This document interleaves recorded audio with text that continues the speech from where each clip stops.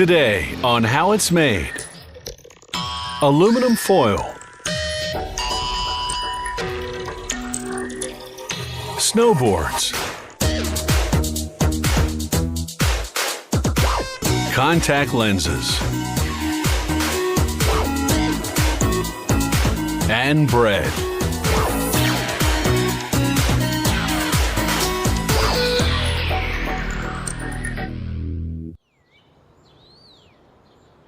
Aluminum foil has a multitude of uses, from heating something up in the oven to keeping something cold in the fridge. But have you ever wondered how a huge block of solid aluminum gets transformed into a paper-thin sheet of foil?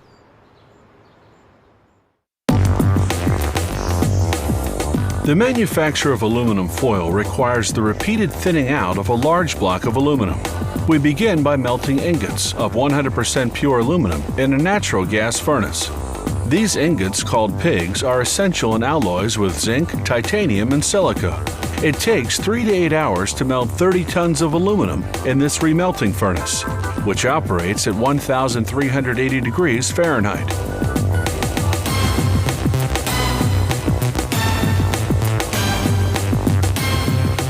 The fusion temperature of aluminum is 1,220 degrees Fahrenheit. A portion of aluminum is poured into this small mold to make a sample. Solidifying in just seconds, the sample allows for testing to verify the contents of the prepared alloy. This trough is used to transfer the aluminum from the remelting furnace to the tapping well. Molten aluminum runs in a movable trough located above the tapping well. At this stage, impurities are filtered out in special receptacles. The molds are cooled with water to accelerate the solidification of the molten aluminum. Ingots are unmolded and are ready for milling. Each ingot is massive, measuring 14 feet in length, 5 feet in width, and 18 inches thick. It weighs a whopping 8 tons, so it has to be handled by overhead cranes and placed on special plates. This crust-removing machine removes 1/10 of an inch of the ingot's thickness. Impurities are eliminated to achieve a perfectly smooth finish. All traces of the liquid used to cool the decrusting knives have to be eliminated.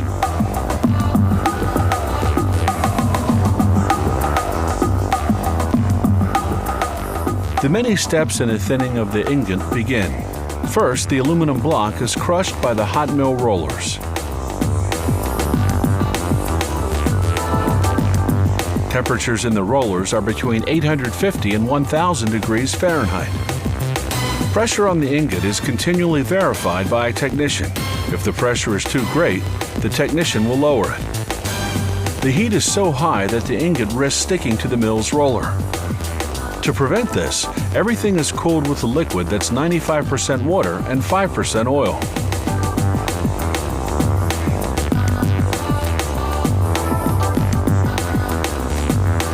Starting from a thickness of 18 inches, the ingot becomes increasingly thinner with each pass-through. Depending on requirements, the ingot will go through the machine between 12 and 16 times. The ingot now measures about 3 inches in thickness.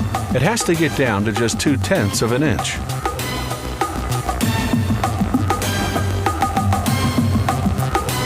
At this stage, the ingot is about 2 inches thick and measures almost 30 feet in length. This conveyor transports the plate during its milling stages.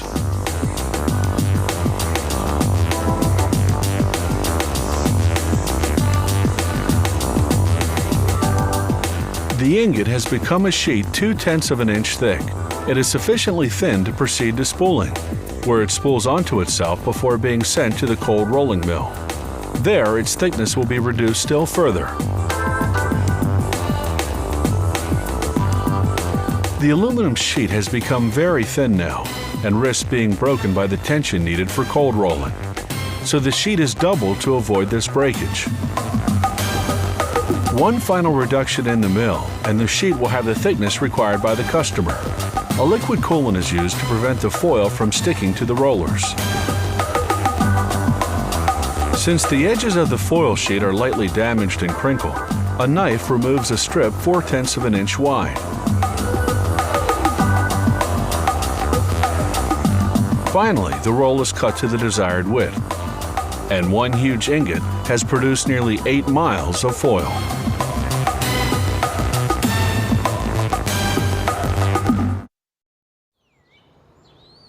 If you've ever tried snowboarding, you've probably discovered that those cool moves aren't quite as easy as the pros make it look.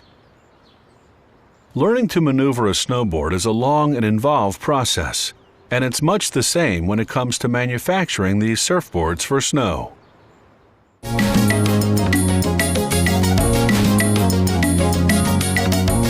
The snowboard is the delight of winter sports enthusiasts. Its core is made of a thin sheet of wood.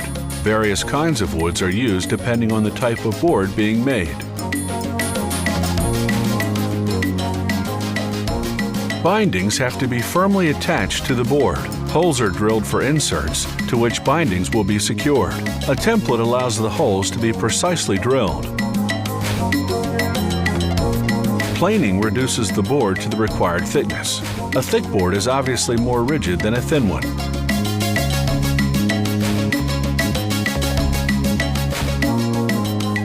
A shaping procedure refines the board's contours. At this point, the board is still perfectly flat with no curvature.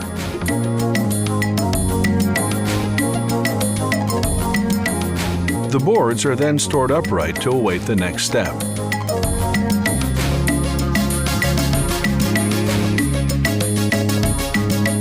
Now they must secure the aluminum inserts, which will be embedded in the wood. This thin sheet of fiberglass will create better support for the inserts. Therefore, they will be more solid.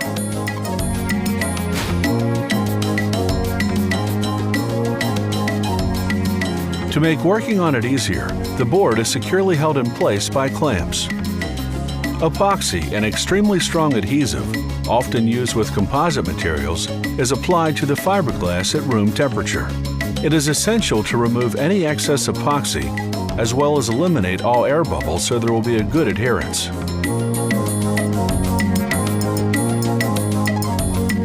As for the top part of the board, it's made of a resistant plastic applied by silk screening. In silk screening, ink is spread by this little squeegee. This application is called a pass. Colors have to be applied one at a time. The inks must dry for several hours between each coat. Now the board must be curved. A cover is placed on the mold. When the mold is closed, the board is given the desired curve. Heat trapped in the mold makes the epoxy set and harden. The board comes out of the mold, and any excess epoxy and wood are removed by a bandsaw. To achieve a perfect cut, the saw blade is changed every 50 boards. It's highly precise work and totally manual.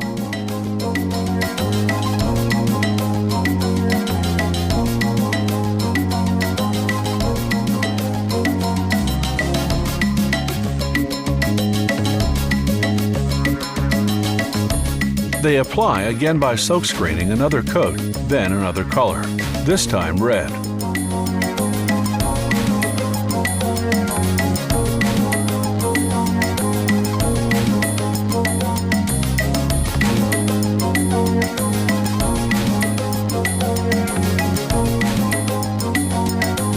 The snowboard must now be protected. A protecting varnish flows as a thin curtain. The board passes beneath this curtain and then moves into a dryer for a 6-hour stay.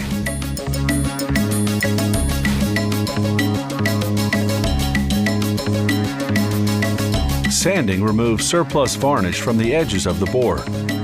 New holes are pierced into the board to locate the inserts installed at the beginning of production. This sander removes imperfections in the hardened varnish and prepares the board for its second varnish coating. Then the plastic base is sanded to obtain the desired finish. The board is checked to see that it's perfectly flat. A razor blade verifies that the different coats are well adhered to one another. Certain boards get an engraved aluminum insert, a luxury touch. The board is now ready for action. This facility turns out over 500 snowboards per day in 30 different models. People who have defective vision can always wear glasses, but in many cases, there's a less noticeable alternative. Contact lenses correct faulty vision without anyone knowing the wearer even has them on. What goes into making these tiny optical aids is really eye-catching.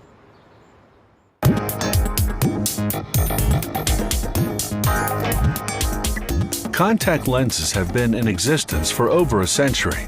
At first completely rigid, they have become gas-permeable and as flexible as gelatin. These small polyhema discs are used to make soft polymer contact lenses in a variety of colors.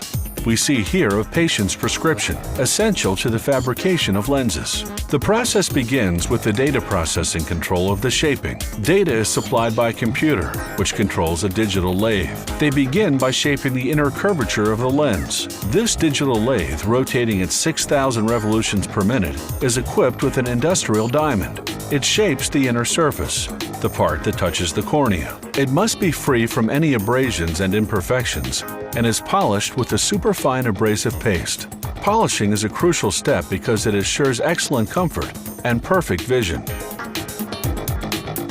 A technician measures lens thickness with an extremely precise gauge. They now shape the outer surface, the part that touches the eyelid. The lens is glued with a special warm wax. When the lens is completed, an ultrasound device will remove the wax. The wax takes on the desired shape in just seconds.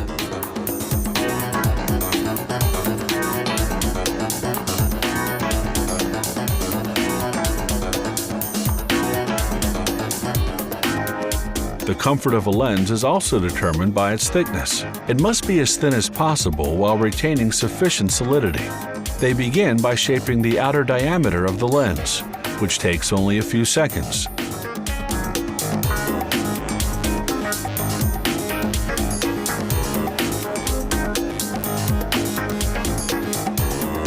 They now polish the outer surface of the lens. This polishing, done at high speed, calls for an abrasive paste, some oil, and a small polyester cotton ball. This apparatus polishes several lenses at the same time, a step that takes only 60 seconds. With everything computerized, quality is incomparable. A technician then polishes the rims of the lens.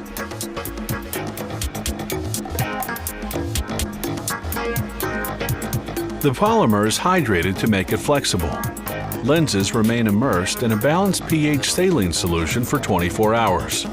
The lens becomes engorged with liquid and expands, reaching the desired proportions.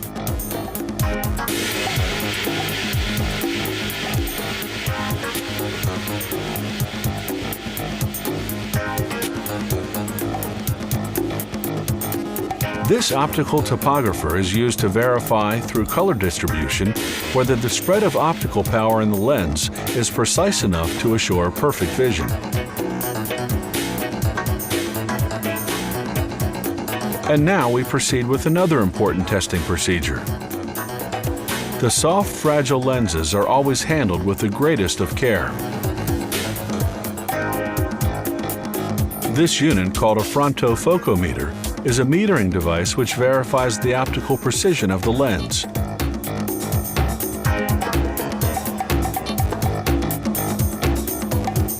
The lenses are now completed and are cleaned.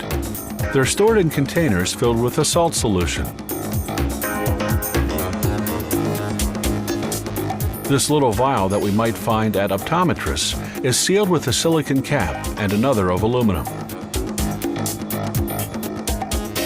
These vials are placed in a sterilizer at temperatures of 250 degrees Fahrenheit for an hour and a half.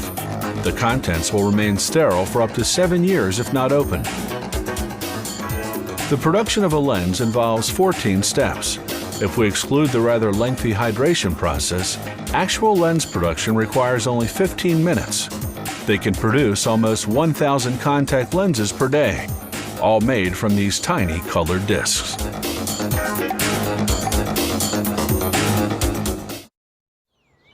It's a staple for people all over the world.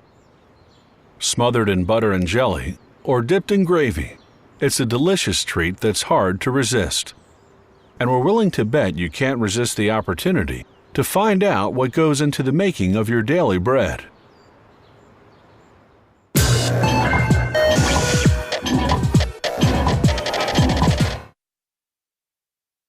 Over 3,000 years ago, in the time of King Tut, Egyptians were already baking 40 varieties of leavened bread. The Greeks' contribution to this history was the oven, and 70 varieties of flavored breads, bread so good that the Romans took the Greek bakers to Rome and their ovens to Gaul.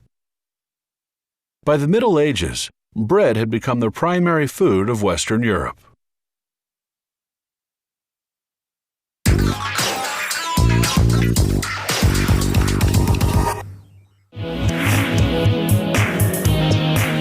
Multigrain bread is made from several ingredients such as flaxseed, buckwheat, soy, and millet. This protective grill prevents foreign matter from accidentally falling into the recipe mix, a recipe that calls for half a ton of flour. The ingredients, ground in a mill, are kept in these 36 enormous containers.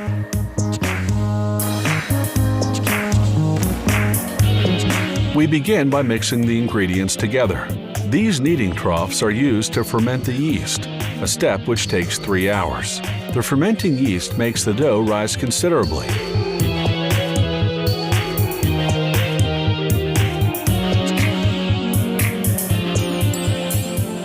This huge mixer kneads the dough for about 8 minutes.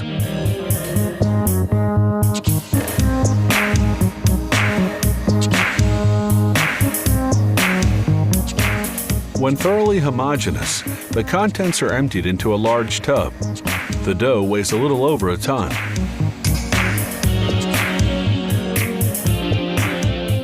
The dough is loaded onto a slide situated above the dough divider. At the bottom of the machine, a small hole allows the dough to escape. 2 mechanically operated arms cut the dough pieces into equal lengths. It forms 192 of these a minute. The dough then falls onto a conveyor.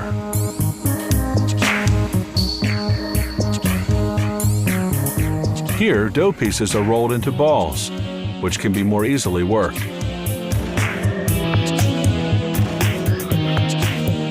The dough balls are floured to prevent them from sticking during their transport and when they're molded. Here, the balls of dough leave the divider and go to the molder. During transport, the dough can rest, allowing the yeast to act.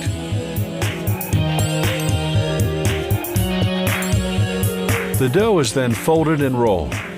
The machine can handle 3 per second, for a total of 11,500 an hour. The dough is rolled out to the exact size and falls into baking molds. Here we see the making of hot dog rolls. These little dough balls have to be shaped lengthwise and fermented before molding.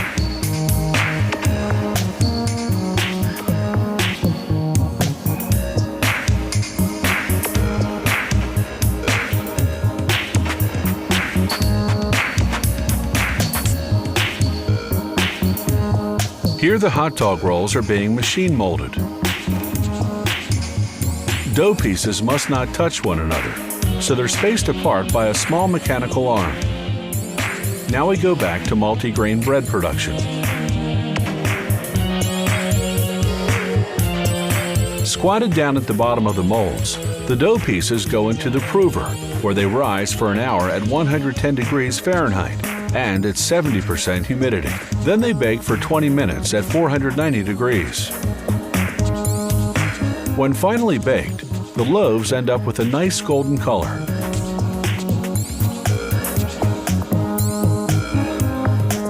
A vacuum system draws the loaves from their molds. They're then placed on a conveyor to cool.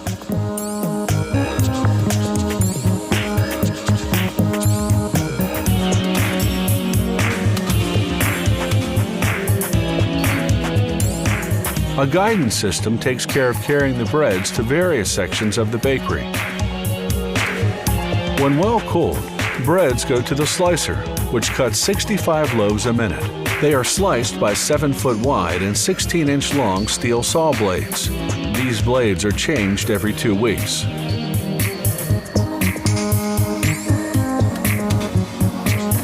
Sliced loaves are automatically packed at 65 per minute. They're now ready for shipping. Some 5.5 hours have passed between preparation of the dry flour and packaging of the baked bread.